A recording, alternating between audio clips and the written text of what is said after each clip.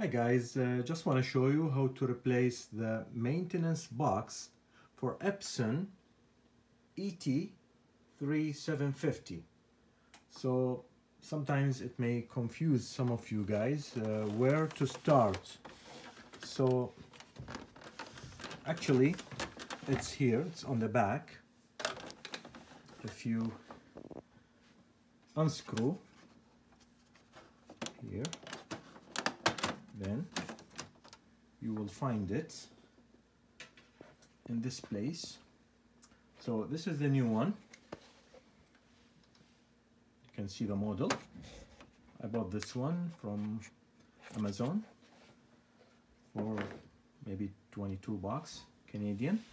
So to replace this one, simply remove it like this. And then we will insert the new one.